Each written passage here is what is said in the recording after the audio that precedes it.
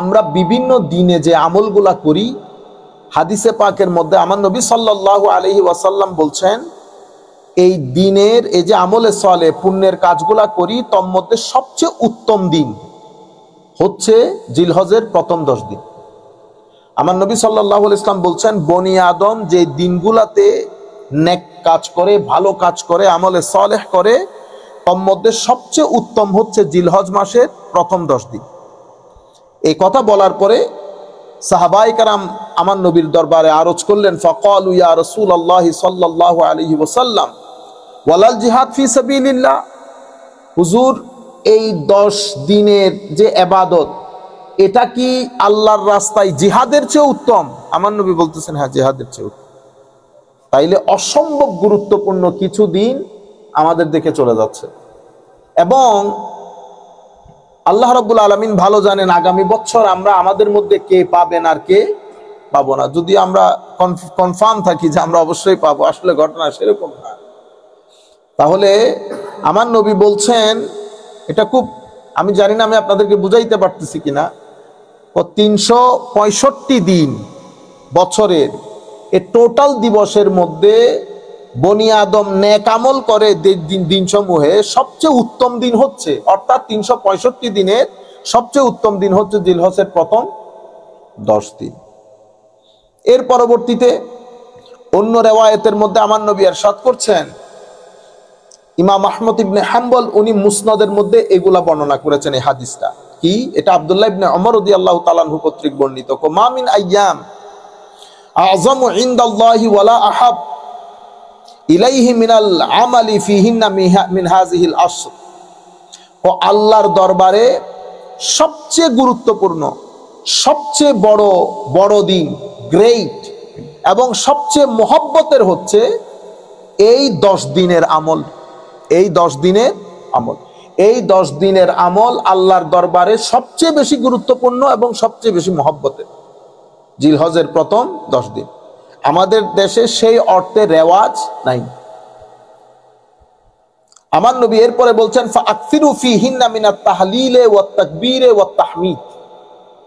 সুতরাং তোমাদের উচিত হবে এই দিনগুলাতে আল্লাহ রাব্বুল আলামিনের বরত্বের বর্ণনা দেওয়া, সুবহানাল্লাহ ওয়ালহামদুলিল্লাহ ওয়ালা ইলাহা ইল্লাল্লাহু আল্লাহু আকবার, এই জিকিরগুলো বেশি বেশি করে উচ্চারণ করা তোমাদের জন্য উচিত, তোমাদের উচিত। এই ক্ষেত্রে আমি গুরুত্বপূর্ণ একটা মাসআলা বলে রাখতে হয়।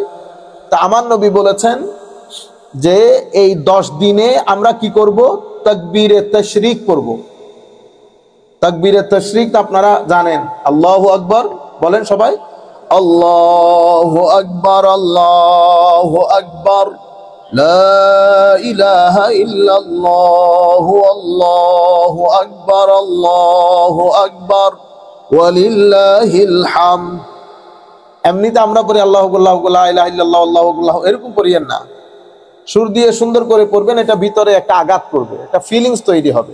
আরেকবার পড়ি, আল্লাহু আকবার, আল্লাহু আকবার, লা ইলাহা ইল্লাল্লাহু, আল্লাহু আকবার, আল্লাহু আকবার, ওয়ালিল্লাহিল হামদ, আল্লাহু আকবার কাবীরা ওয়ালহামদুলিল্লাহি কাসীরা ওয়া সুবহানাল্লাহি বুকরাতাও ওয়া আসীলা।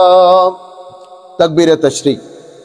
তো আমার নবী সাল্লাল্লাহু আলাইহি ওয়াসাল্লাম বলেছেন প্রথম 10 দিন যেন আমরা বেশি বেশি করি। তো তাকবীরে তাশরিক তো ঈদুল আদহার যে তাকবীর কয়টা? 2 প্রকার। কয় প্রকার? 2। একটাকে বলে মুতলাক, একটাকে বলে মুকাইয়াদ। মুতলাক মানে জেনারেল, যে কোনো সময় পড়তে পারবেন। মুকাইয়াদ মানে স্পেসিফিক। তাইলে রমজান জিলহজের প্রথম 10 দিন আমরা এই তাকবীরটা যেখানে যেখানে যাব, উঠতে বসতে বা যেখানে যাব, আমরা এটা জারি রাখবো। আল্লাহু আকবার, আল্লাহু আকবার, লা ইলাহা ইল্লাল্লাহ, আল্লাহু আকবার, ওয়ালিল্লাহিল হামদ। এটা আমাদের হাজী সাহেবান যারা হজের মধ্যে আছে এদের সাথে একটা কি হবে? কমেমোরেশন হবে, কানেকশন হবে। তো আল্লাহ তাদেরকে যে সওয়াব দিবেন সেই সওয়াব আল্লাহ আমাদেরকেও দান করবেন। এটা হচ্ছে জেনারেল, এটাকে বলে তাকবীরে মুতলাক। তাকবীরে মুতলাক জেনারেল তাকবীর। আরেকটা তাকবীর হচ্ছে তাকবীরে মুকাইয়াদ। তাকবীরে মুকাইয়াদ মানে স্পেসিফিক তাকবীর। স্পেসিফিক তাকবীরটা কখন শুরু হয়? এটা শুরু হবে জিলহজের 9 তারিখ আসরের সময়। জিলহজের 9 তারিখ মানে ইয়মে আরাফা, ইয়মে আরাফার আসরের নামাজ থেকে শুরু করব। এটা আমরা পড়ব 13 তারিখ, 13ই জিলহজ। ইয়মে আরাফার ফজর থেকে শুরু করব, 13 তারিখের আসর পর্যন্ত পড়ব। তাইলে ইয়মে আরাফা হচ্ছে বৃহস্পতিবার, তো বৃহস্পতিবারের ফজর থেকে আমরা পড়া শুরু করব। কোনো কারণে যদি ভুলে যান, যখন স্মরণ করবে তখন পড়ে দিবেন। ইমাম সাহেবও অনেক সময় ভুলে যান, আপনারা যার স্মরণ থাকবে সাথে সাথে উচ্চ আওয়াজে পড়বেন, মুসল্লিদের স্মরণ এসে যাবে। তাইলে আপনারা এই জিনিসটা একটু ভালো করে রপ্ত করে নেন। তাইলে ঈদ উল আজহাকে ঘিরে আমরা যে তাকবীর পড়ি সেটা দুই প্রকার, দুই ধরনের, একটা জেনারেল মুতলক আর একটা মুকাইয়াত স্পেসিফিক। জেনারেলটা আমরা প্রথম জিলহজ থেকে 10 জিলহজ ঈদ পর্যন্ত যেখানে যাই আমরা এটা জারি রাখবো, আল্লাহু আকবার, আল্লাহু আকবার, লা ইলাহা ইল্লাল্লাহ, আল্লাহু আকবার, সুবহানাল্লাহ, আলহামদুলিল্লাহ, এগুলা পড়বেন। আর মুকাইয়াত যেটা স্পেসিফিক সেটা 9 জিলহজ ইয়মে আরাফার দিন ফজরের নামাজের পর থেকে শুরু করব, 13ই জিলহজ আসরের নামাজের পরে শেষ করব। আচ্ছা, এটা হচ্ছে আপনার তাহলিল তাকবীর যে বিষয়গুলো নিয়ে কথা এসেছে সেটা। আচ্ছা, এরপরে আমার নবী সাল্লাল্লাহু আলাইহি ওয়াসাল্লাম আমাদেরকে কি বললেন? তো আল্লাহর দরবারে এই 10 দিনের আমল সবচেয়ে গুরুত্বপূর্ণ, সবচেয়ে মহব্বতের। সুতরাং ফাআকসিরু ফীহিন্না মিনাত তাহলিল ওয়াত তাকবীর ওয়াত তাহমিদ, আমাদেরকে তাকবীর, আলহামদুলিল্লাহ, সুবহানাল্লাহ, আল্লাহু আকবার এগুলা বেশি বেশি করতে বলেছে। এর পরবর্তীতে এই জিলহজ মাসের মধ্যে অন্যতম দিন, আল্লাহর ধরতির মধ্যে সবচেয়ে বড় দিন ইয়মে আরাফা। ইয়মে আরাফা মনে রাখবেন, প্রত্যেক বড় দিনের একটা কনটেক্সট থাকে, একটা কনটেক্সট থাকে। যেমন 12ই রবিউল আউয়াল, যেদিন আমার নবী দুনিয়াতে তশরিফ এনেছে, সেই দিনের কোনো জুড়ি নাই, সেটা আরেকটা কনটেক্সট থেকে, বুঝতে পেরেছেন? এটা একটা কনটেক্সট থেকে। তো ইয়মে আরাফার ব্যাপারে আমার নবী বলছেন, মা মিন, হযরত আয়েশা সিদ্দিকা রাদিয়াল্লাহু তাআলা আনহা থেকে বর্ণিত, তিনি বলেন, মা মিন ইয়াউমিন, ও আল্লাহর দরবারে যেই দিনটাতে বনি আদম সবচেয়ে বেশি জাহান্নাম থেকে মুক্তি লাভ করে সেটা ইয়মে আরাফার দিন। আয় হায়, ইয়মে আরাফার দিন, আরাফার দিন মাওলাই করিম আল্লাহর বান্দাদের মধ্যে বেশিরভাগ বান্দাকে জাহান্নাম থেকে মুক্তি দান করেন। এত গুরুত্বপূর্ণ দিন। এবং আমার নবী সাল্লাল্লাহু আলাইহি ওয়াসাল্লাম ইরশাদ করছেন, ওয়া ইন্নাহু লা ইয়াদনু, ইয়মে আরাফার দিন আল্লাহ বান্দার, আল্লাহর রহমত আল্লাহ বান্দার অতি নিকটে চলে আসে। সুম্মা ইউবাহি বিহিমুল মালাইকা, অতঃপর আল্লাহ ফেরেশতাদের সামনে বলেন, এরা কি চায়? আল্লাহ ফেরেশতাদের সামনে বলে না, আমরা অহংকার করি, গর্ব করি, দেখায়, তোমরা তো অনেক বলেছিলা আমার এই বান্দারা শুধু মারামারি কাটাকাটি করবে। এবং আরাফার দিবস আপনারা যারা হজ করেছেন তারা এই টেস্টটা পেয়েছেন, যারা করেন নাই হয়তো এই টেস্টটা পান নাই, দোয়া করি আল্লাহর দরবারে আল্লাহ আমার যারা যায় নাই তাদেরকে যাওয়ার তৌফিক দান করুক, যারা গেছেন আল্লাহ বারবার তৌফিক দান করুক। ইয়মে আরাফার দিন যে আল্লাহ মাফ করেন, এটা একেবারে অর্ডিনারি মানুষও বুঝে, যে মনে হয় যেন আল্লাহ মানে ডেকে ডেকে বলতে, যা তোরেও মাফ করলাম, তোরেও মাফ করলাম, তোরেও মাফ করলাম, তোর আত্মীয় স্বজন মাফ করলাম, তোর মা বাপ মাফ করে দিলাম। সেই পরিমাণ মানে আসরের পর থেকে হু হু করে যে একটা আওয়াজ আসে ইয়মে আরাফার দিন, যে জিন্দেগিতে কান্দে নাই তারও চোখের পানি আসে। তাইলে আমার নবী হাদিসে পাকের মধ্যে এটা কেন হয়? তো কারণ আমার আল্লাহ বান্দার অতি নিকটে চলে আসেন, বান্দার অতি নিকটে। সুতরাং আমরা বৃহস্পতিবার যে আরাফার দিন আমরা যেখানে থাকি না কেন ফিল করব আমরা আরাফাতের ময়দানে ঘুরতেছি। অন্তত সেই দিন আপনারা লুজ টক করিয়েন না, 2-3 জনে মিলে কথাবার্তা না, সেদিন আপনারা ভিতরে ভিতরে আমার আল্লাহর সাথে কানেক্টেড থাকে। বাজার করেন, হাটে যান, ঘাটে যান, ভিতরে সুবহানাল্লাহ আলহামদুলিল্লাহ বলা হয়। বিশ্বাস করেন সব কাজ করা যায়, ভিতরকে আল্লাহর দরবারে কানেক্টেড রেখে সব কাজ করা যায়। আমরা যেটাকে অনেক কঠিন মনে করতেছি এটা অনেক কঠিন কাজ না, আমরা কঠিন মনে করি বিদায় কঠিন। হাদিসে পাকের মধ্যে আমার নবী বলতেন, সেদিন আল্লাহ গর্ব করেন ফেরেশতাদের সামনে আল্লাহর বান্দাদেরকে। অনেক বড় কথা, এগুলো ফিল করেন। আমরা তাকওয়া পরহেজগারি আমাদের ওইরকম নাই বিদায় আমরা জিনিসগুলো ওভাবে বলতে পারতেছি না। আমি জানি না আমার নবী যখন বলতেছিলেন কি ঘটনা ঘটছিল সাহাবায়ে কেরামের মধ্যে। সুবহানাল্লাহ। তো আমার নবী ইরশাদ করছেন, ওই দিন আল্লাহ বনি আদমকে সবচেয়ে বেশি জাহান্নাম থেকে মুক্তি দান করেন। এবং ইয়মে আরাফাকে ঈদের দিন বলা হয়েছে, আমাদের উম্মতে মুহাম্মাদী ঈদের দিন বলা হয়েছে। আমাদের শরঈ ঈদ, যেই দুই ঈদে আমরা নামাজ পড়ি, এটা তো আলাদা ঈদ। এই ছাড়াও জুমার দিনকে আমার নবী ঈদ বলেছেন, আরাফার দিনকে আমার নবী ঈদ বলেছেন। রবিউল আউয়াল শরীফের যে ঈদ, এটাকে বলে ঈদে হুব্বি, মহব্বতের ঈদ। মহব্বতের ঈদ, যেভাবে রাষ্ট্র যেদিন স্বাধীনতা লাভ করে সেদিনকে আমরা ঈদ হিসেবে পালন করি, সৌদি আরবও পালন করে ঈদ হিসেবে। এটা আমাদের দেশের প্রতি মহব্বত, ওই ঈদ। আমরা একটার সাথে যেন একটা মিলিয়ে না ফেলি। তো ঈদে মিলাদুন নবী আউয়াল শরীফ ঈদ হলে ঈদের নামাজ কই? ইন্না লিল্লাহি ওয়া ইন্না ইলাইহি, ইন্না লিল্লাহি পড়তে হবে, আর তো কিছু করার নাই। এটা শরীয়ত না, মহব্বতের ঈদ। আমার সন্তান যেদিন দুনিয়াতে, আমার মেয়ে যেদিন দুনিয়াতে আসছে, এটা আমার ঈদের দিন। আমরা ব্যবহার করি কি এটা আমাদের ঈদ। বাংলাদেশের স্বাধীনতা দিবস যেদিন পালন করে, এটা ঈদের দিন, খুশি উদযাপন। আপনারা বুঝতে পেরেছেন? যাই হোক, তো আমরা ইয়মে আরাফার ওই রাত, বিশেষ করে এই বুধবার রাত, বুধবারের দিবাগত যে রাত, সেটা আমাদের আরাফার রাত। আমরা চেষ্টা করব প্রত্যেকে যার যার সামর্থ্য অনুযায়ী। এখন কিন্তু এই যে 3:48 ফজর হয়ে যাবে, কোনো রাতও নাই ধরতে গেলে। আপনারা একটু ইদার উদার ফেসবুকে মুসরামুসরি করতে করতে 3টা বেজে যাবে। সুতরাং প্রত্যেকে চেষ্টা করবেন 1টা থেকে 3টা পর্যন্ত একটু জিকির, আজকার, কোরআনে পাকের তিলাওয়াত ফিল করেন, ওইটা ভালো লাগবে অনেক। আমার আল্লাহ আমাদের সবাইকে তৌফিক দান করুক। এর পরবর্তীতে আমার নবী সাল্লাল্লাহু আলাইহি ওয়াসাল্লাম কুরবানির দিন, তাইলে আমরা কি কি পাইলাম? প্রথম 10 দিন, আরাফার দিন, এবার কুরবানি। তা আমার নবী সাল্লাল্লাহু আলাইহি ওয়াসাল্লাম ইরশাদ করছেন, ক্বালা সাল্লাল্লাহু আলাইহি ওয়াসাল্লাম, আযমুল আইয়াম ইনদাল্লাহি ইয়াউমুন নাহর। দেখছেন, এই হাদিসের মধ্যে আমার নবী বলছেন আল্লাহর দরবারে সবচেয়ে বড় দিন কুরবানির দিন। ওই হাদিসের মধ্যে বলেছে আল্লাহর দরবারে সবচেয়ে বড় দিন কিসের দিন? ইয়মে আরাফার দিন। অন্য হাদিসের মধ্যে বলেছে আল্লাহর দরবারে সবচেয়ে বড় দিন জিলহজের প্রথম 10 দিন। কনটেক্সচুয়াল ভিন্ন, কনটেক্সট, এক একটার কনটেক্সট এক এক রকম।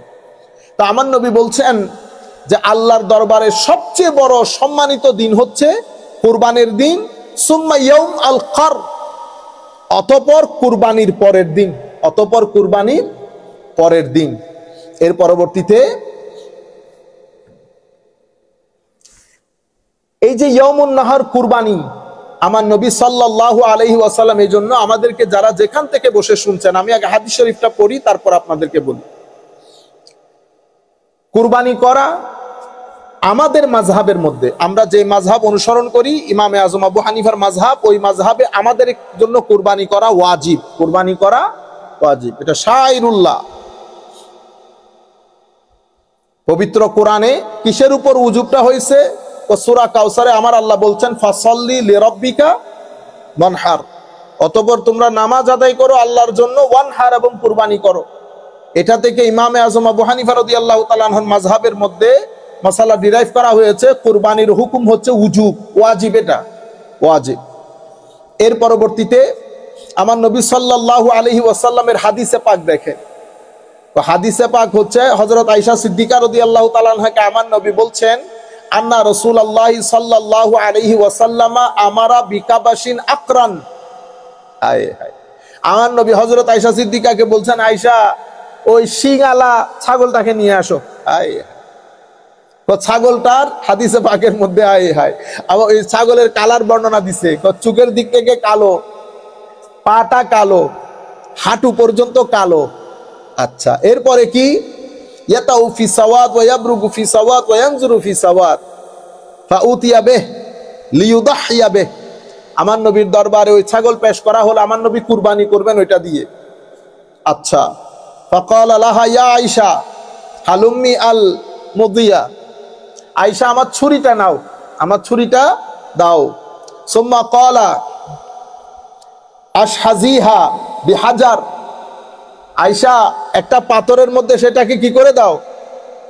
আয় হায়, দাঁড়াই দাও। দেখছেন নি অবস্থা? আমার নবী হযরত আয়েশা সিদ্দিকা রাদিয়াল্লাহু তাআলা আনহাকে বলতেছেন, আয়েশা একটু ধার করে দাও। কিসের মধ্যে? বিহাজারিন, পাথরের মধ্যে। ফাফাআলাত, হযরত আয়েশা সিদ্দিকা আমার নবী যেভাবে বলেছেন, পাথর নিয়ে ওই ছুরিটাকে একটু ধার দিয়ে দিলেন।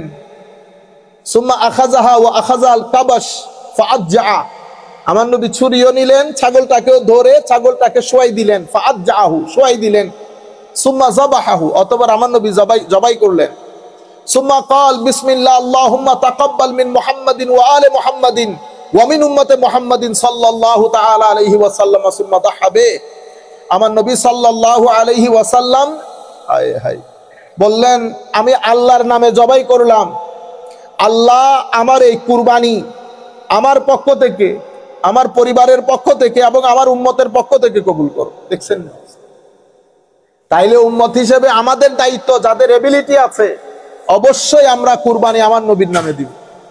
আমার নবী যেহেতু আমার নবীর কুরবানিতে আমাদেরকে শরীক করেছেন, আমরাও আমাদের এবিলিটি অনুযায়ী যার যার এবিলিটি আছে আমরা আমার নবীর নামে কুরবানি দেব। আমি আমাদের উস্তাদদের মধ্যে এমন উস্তাদও চিনি, এখন এগুলো আপনি শরীয়তের মারপ্যাচের মধ্যে ফেললে স্বাভাবিকভাবে আপনার কাছে মনে হবে নাজায়েজ কাজ। উনি আমাকে বলতেছেন, বেটা আমি আমার ফরজ হজ আমার নবীর নামে করেছি।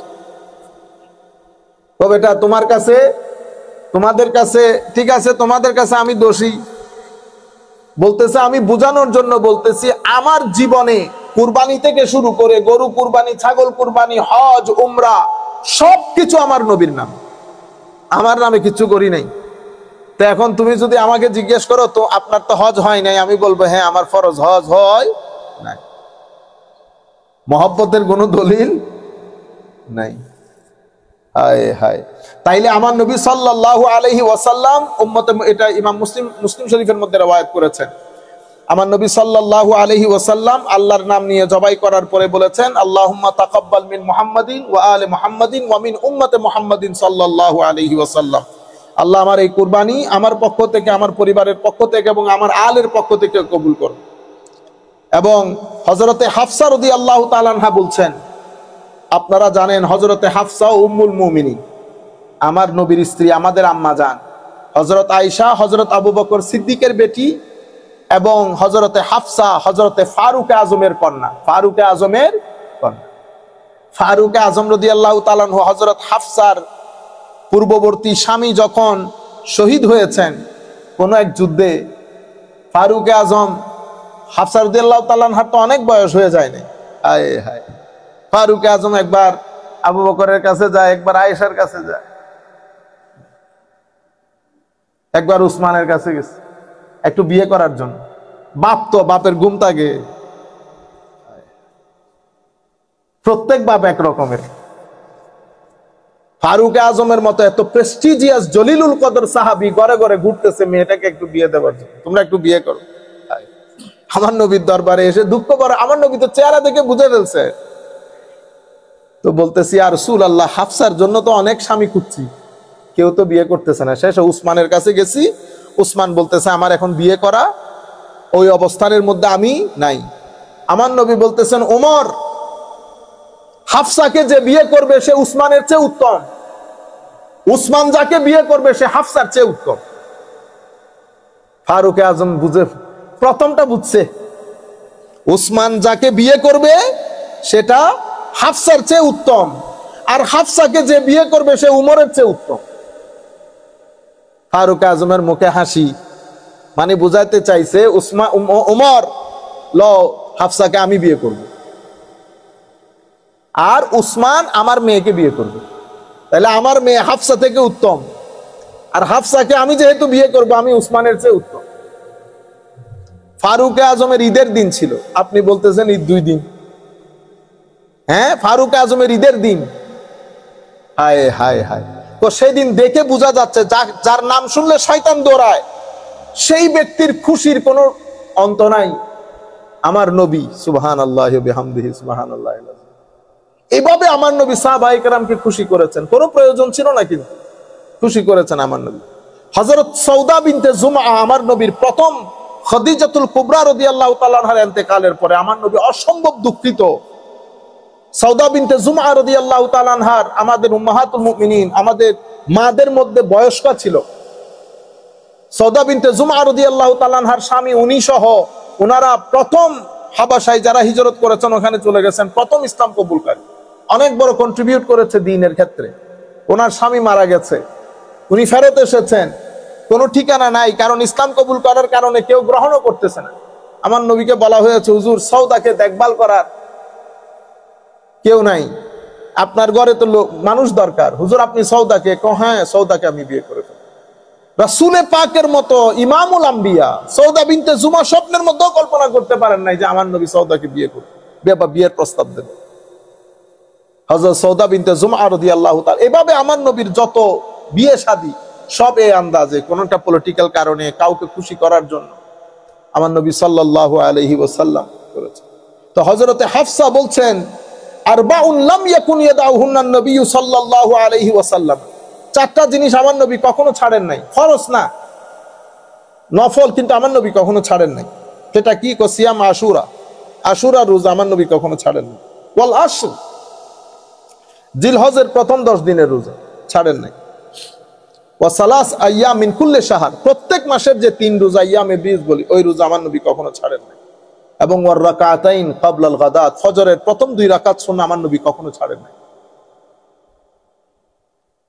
এর পরবর্তীতে আমার নবী সাল্লাল্লাহু আলাইহি ওয়াসাল্লামকে ইয়মে আরাফার রোজার ব্যাপারে যখন জিজ্ঞেস করা হয়, আমার নবী বলতেছেন, ইউকাফফারুস সানা আল মাদিয়া ওয়াল বাকিয়া, পূর্বের 1 বছর, পরের 1 বছরের গুনাহ ক্ষমা করে দেন আমার আল্লাহ আরাফার দিন রোজার মাধ্যমে। তাইলে আমরা চেষ্টা করব প্রত্যেকেই বৃহস্পতিবারে রোজা রাখার জন্য, বৃহস্পতিবারে রোজা রাখার জন্য। আর কেউ যদি সম্ভব হয় তাহলে আমরা আর আগামী 3 দিন, কাল পরশু অতঃপর থার্সডে করবেন। আর যদি সম্ভব না হয় তাহলে আরাফার রোজাটা একটু রাখার চেষ্টা করবেন। এবং এই 10 দিন আমাদের দেশে সেই অর্থে, আমাদের মুরব্বী, আমাদের উলামায়ে কেরামের মধ্যে আমরা পেয়েছি, কিন্তু আমাদের দেশে সেই অর্থে এই 10 দিনকে তেমন একটা গুরুত্ব দেওয়া হয় না। কিন্তু এটা হাদিসে পাকের আলোকে, এই জন্য আমি চিন্তা করেছি হাদিস শরীফগুলো অন্তত আপনাদেরকে পড়ে শোনাই, যাতে আপনাদের ভিতরে একটা আন্ডারস্ট্যান্ডিং ডেভেলপ করে। আর আমাদের হানিফ ভাইয়ের একটা প্রশ্ন ছিল যে, যদি শুক্রবারে ঈদের দিন হয়, শুক্রবারে ঈদের দিন হয়, তো জুমার নামাজ পড়তে হবে কি? এখানে এখন নতুন নতুন কিছু, এই কি বলবো, আমাদের এক উস্তাদ একটা বলছিল, ও আচ্ছা মনে পড়ছে, ও কিশোর গ্যাং বেড়ে গেছে। কি গ্যাং? কিশোর গ্যাং। কিশোর গ্যাং মানে কিশোর গ্যাং এর কথা বলতেছে না, আমাদের কথা বলতেছে। তো ফেসবুক ইউটিউবের মধ্যে কিশোর মৌলভী বেড়ে গেছে, কিশোর গ্যাং বেড়ে গেছে। হ্যাঁ, এদের জ্বালায় ফেকা ফতোয়া বুঝে না, আগা মাথা কোনো কিছু নাই। না পড়তে পারলে আরো ভালো, না পড়তে পারলে আরে ভালো না। ঈদের নামাজ এক জিনিস, জুমার জামাত আরেক জিনিস। ঈদের জামাতের সময় ঈদের জামাত হবে, আর জুমার জামাতের সময় জুমার জামাত হবে। আমি একটা বিষয় আপনাদেরকে বলি, অসংখ্য হাদিস শরীফ আছে যে হাদিস শরীফগুলোর উপর আমল হয় না, যে হাদিস শরীফগুলোর উপর আমল হয়। একটা সময় অ্যাক্টিভ ছিল, কিন্তু পরবর্তীতে সেগুলো আর অ্যাক্টিভ নাই। সেই কারণে ইভেন ইমাম বুখারী রহমতুল্লাহি আলাইহি, এগুলা হচ্ছে এজমাই উম্মত, মানে উম্মতের এজমা, ঐক্যমত্য, পূর্বাপর সমস্ত উম্মত একমত। ইমাম বুখারী রহমতুল্লাহ আলাইহি 2 লাখ হাদিস জানতেন। প্রথমে তো 6 লাখ হাদিস সংগ্রহ করেছেন, 6 লক্ষ, এবং 1 লক্ষ সহিহ হাদিস ছিল ওনার কাছে। 6 লাখ, 1 লাখ সহিহ হাদিস ছিল। এই সহিহ হাদিসগুলোর মধ্যে ইমাম বুখারী বলছেন, আমি সামান্য সংখ্যক হাদিস এই বুখারী শরীফের মধ্যে ঢুকাই, এটার কলেবর বড় হয়ে যাবে এই ভয়ে, মানুষ পড়বে না। তাইলে জানেন 1 লাখ ইনক্লুড, এটা আমি এই যে কথাটা বলেছি, এটা এজমাই উম্মত এটার উপর। হেন কোন উলুমে হাদিসের কিতাব নাই মুকদ্দমা ইবনে সালাহ ইমাম শাহজুরির পর থেকে। অতঃপর ওইটার উপর এর পরবর্তীতে আমরা ইলমুল হাদিস মাদ্রাসার ছাত্র যারা শুনতেছে দেখতেছে, আপনারা যদি উলুমে হাদিসের যান, তো উলুমে হাদিসের এই মানে আমাদের হাদিসে পাকের মধ্যে বুখারী শরীফের অবস্থান যেমন, উলুমে হাদিসের ক্ষেত্রে ইমাম ইবনুস সালাহ শাহজুরির মুকদ্দমার অবস্থানও তেমন। এই মুকদ্দমাকে পরবর্তী মুহাদ্দিসিন কেউ এক্সপ্লেইন করেছে, কেউ এটার উপর সামারি লিখেছে, যা কিছু হয়েছে মুকদ্দমাকে ঘিরে, মেথোডোলজি মুকদ্দমার। এর পরবর্তীতে ইমাম নববী এসে এই পুরা মেথডটাকে ইমাম নববী ভঙ্গ করেন। ইমাম নববী আরেকটা কিতাব লেখেন এবং সমস্ত উলুমে হাদিসের আইমায়ে কেরাম ইমাম বুখারীর এই কথাটা নকল করেছেন। এই জন্য মুহাদ্দিসিনে কেরাম বলেছেন এটা ইজমাই উম্মত সাধিত হয়েছে এই কথার উপর। সেটা কি? ইমাম বুখারী 1 লক্ষ সহিহ হাদিস জানতেন, তার মধ্যে কিছু সংখ্যক হাদিস উনি ওনার বুখারী শরীফের মধ্যে ঢুকিয়েছেন। যেমন আমার নবী, আমি জাস্ট আপনারা বোঝার জন্য বলছি, শুধু হাদিস শুনে দৌড় দিলে আপনি হবে না। সমস্ত হাদিস আমলযোগ্য না, আমলযোগ্য যেটা এটাকে আমরা বলি সুন্নাহ। এটাকে আমরা কি বলি? সুন্নাহ। যেমন আমার নবী সাল্লাল্লাহু আলাইহি ওয়াসাল্লাম ইরশাদ করেছেন যে আপনি যদি আগুনে পাকানো জিনিস খান তা আপনাকে কি করতে হবে? ওযু করতে হবে। এটা প্রথম যুগে ছিল। পরবর্তীতে আমার নবী এই হুকুমটাকে কি করেছেন? রহিত করেছেন, অ্যাব্রোগেট করেছেন। এখন এই যে অ্যাব্রোগেটেড হয়ে গেছে, এটা আমার মতো লোক জানবে, বুঝবে না। এই জন্য আল্লাহ রাব্বুল আলামিন ওগুলা বুঝার জন্য ওই মারেফত সম্পন্ন আলেম জমিনের মধ্যে আল্লাহ পাঠিয়েছেন, যারা আমাদের জন্য ওগুলা পরিষ্কার করে দিয়েছে। উটের গোশত খেলে কি হয়ে যায়? ওযু ভেঙে যায়।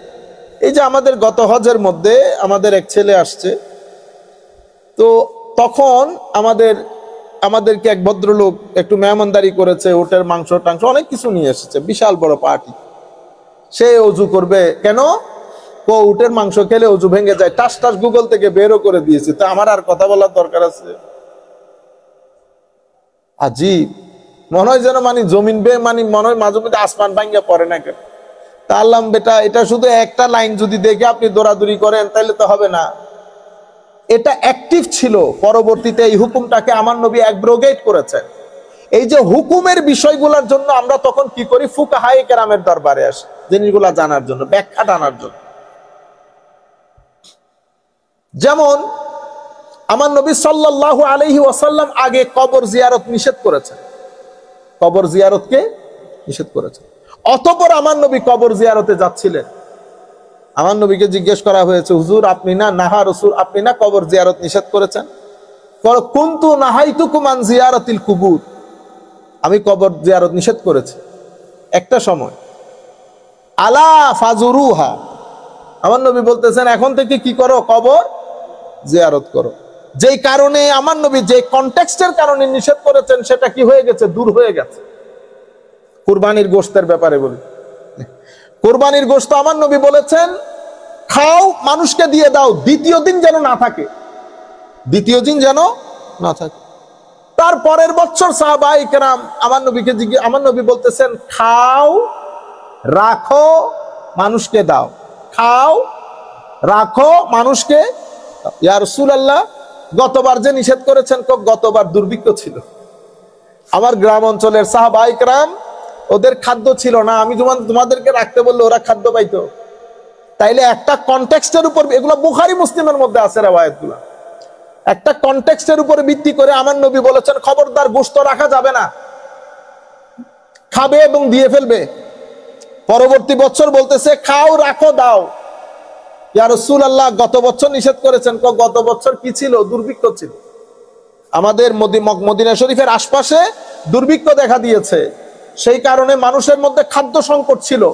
এই খাদ্য সংকট দূরীকরণে আমি নিষেধাজ্ঞা জারি করেছি, এখন আর নাই। আপনারা বুঝতে পেরেছেন? তাইলে সমস্ত হাদিস কখনো আমলযোগ্য হয় না। এটা কারা জানেন? এটা মুহাদ্দিসিনে কেরাম জানেন। তো ইমাম বুখারীরা কি করেছেন? হাদিসের মধ্যে দুই ধরনের হাদিসই নিয়ে এসেছেন। তো কেন এনেছে? আমি না আনলে তুমি মনে করতে আমি হাদিস পড়ি নাই। আমি তোমাকে বোঝানোর জন্য যে তুমি যেটা মনে করতেছে ইমাম বুখারী জানে এগুলা, কিন্তু আমল ওইটার উপর না, আমল ওইটার উপর না। সুতরাং আল্লাহ রাব্বুল আলামিন আমাদের হামি ও নাসির হোক। আমরা জুমার দিন ঈদও পড়ব, জুমাও পড়ব, ঈদও পড়ব, জুমাও পড়ব। আরেকটা গুরুত্বপূর্ণ বিষয়, একজন একটা প্রশ্ন পাঠিয়েছে, খুব ইন্টারেস্টিং প্রশ্ন পাঠিয়েছে। হুজুর, এতগুলা মানুষ কুরবানি, এত কুরবানি না করে টাকাগুলো কোন স্কুলে দিয়ে দিলে অসুবিধা? ও আল্লাহ, তুমি মাদ্রাসার ছাত্র, সে আল্লাহ তোমার তোমার যদি সাহস থাকে তুমি তোমার ক্লাসের মধ্যে হুজুরকে করে দেখিও।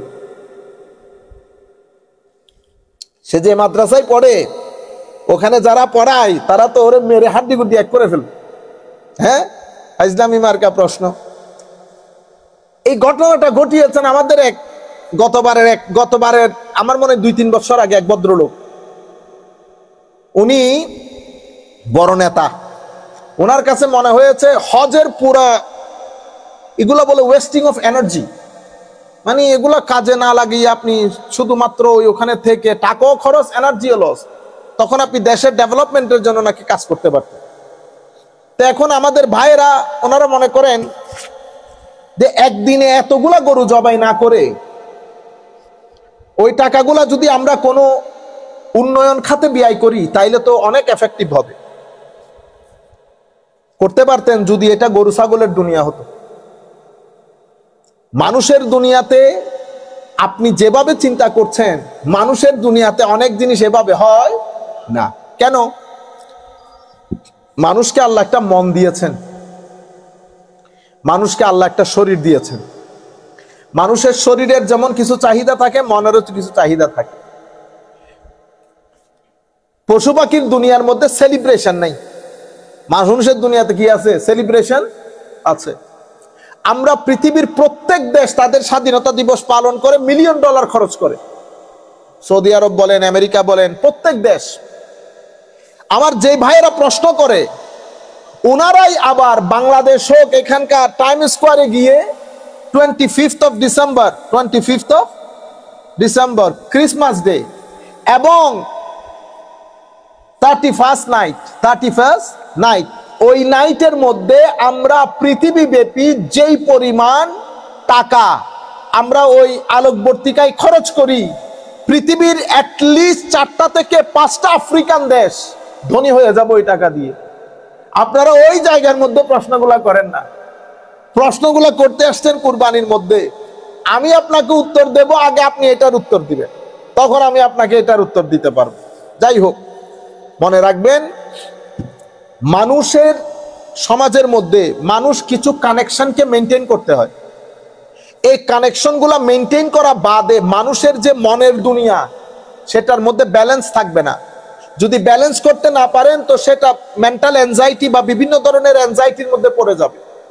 যেমন মানুষের সাথে একটা সম্পর্ক, তার মা বাবার এই কানেকশন, এই সম্পর্কের একটা ডিমান্ড আছে, সেই ডিমান্ড আপনাকে ফুলফিল করতে হয়। সেই ডিমান্ডটা কি? যেমন সে মায়ের পাশে বসে একটু হেসে কথা বলা, এটাও ডিমান্ড, এটাও ডিমান্ড। আপনি এটা ছাড়া পারবেন না। এই কানেকশন, মা বাবার কানেকশন, যা যা কিছু ডিমান্ড করে আপনি এগুলা করতে বাধ্য। কেন? আপনি না করে আপনি আপনার মনকে ভালো রাখতে পারবেন না। আপনার বন্ধুর সাথে আপনার একটা সম্পর্ক আছে, সেই বন্ধুর সম্পর্ক, আপনার ভাই আছে, বোন আছে, স্ত্রী আছে, ছেলে আছে, কন্যা, শত শত আত্মীয়, পারবেন বন্ধুর সাথে কথা না বলে থাকতে? এতগুলো আত্মীয়তার মধ্যে আপনার বন্ধুর দরকার কি? আমার মন খুঁজে, এমনকি মনকে কি মেহেদি গাছের ব্যাট দিয়ে পিটাইবেন? বেটা তুই এত লোক থাকতে তুই আবার বন্ধুর খুঁজে। কিন্তু আপনি বন্ধুর সাথে যে জিনিসটা আপনার ভিতরে থাকে সেটা কিন্তু আবার অন্য আর কারোর সাথে আপনি শেয়ার করতে পারতেছেন না। অদ্ভুত একটা ফিলিংস, অদ্ভুত একটা ফিলিংস। তাইলে আপনি মাঝখানে অনেক কানেকশন আপনাকে মেনটেন করতে হয় এবং এই কানেকশন গুলো আপনাকে হাসায়, আপনাকে কাঁদায়। রুয়ে দুনিয়ার সমস্ত কানেকশন এক জায়গায়, আর আপনার সাথে আপনার মওলার কানেকশন আরেক জায়গায়। এটা আপনি ফিল করেন না বিদায় প্রশ্নগুলো আসতেছে। যদি ফিল করতেন, যেমন দেশকে আপনি ফিল করেন, সেই কারণে 31st নাইটে আপনি যখন এই যে তারকাবাজি করেন, ওই প্রশ্নগুলো কারণ আপনি জিনিসটা ফিল করেন, আপনি বলেন এটা একটা ইমোশনের বহিঃপ্রকাশ, তখন আপনার কাছে লজিক্যাল মনে হয় না। এখানে লজিক্যাল মনে হচ্ছে কারণ আমি ওই সম্পর্কটা লস করে ফেলেছি। আমরা যে কুরবানি করি এটা আমি আমার আল্লাহর কানেকশনের ডিমান্ডকে ফুলফিল করার জন্য, এবং এটা আমি করতেই হবে, আমার কাছে অন্য কোনো ওয়ে নাই। যাই হোক, আল্লাহ রাব্বুল আলামিন আমাদের হামি ও নাসির হোক। মাওলাই করিম আমাদেরকে কবুল করুক। সবাই যার যার মতো করে দোয়া করবেন, আমরাও দোয়া করি আল্লাহ রাব্বুল আলামিন আমাদেরকে এই 10 দিনের ফুয়ুজাত দিয়ে ধন্য করুক।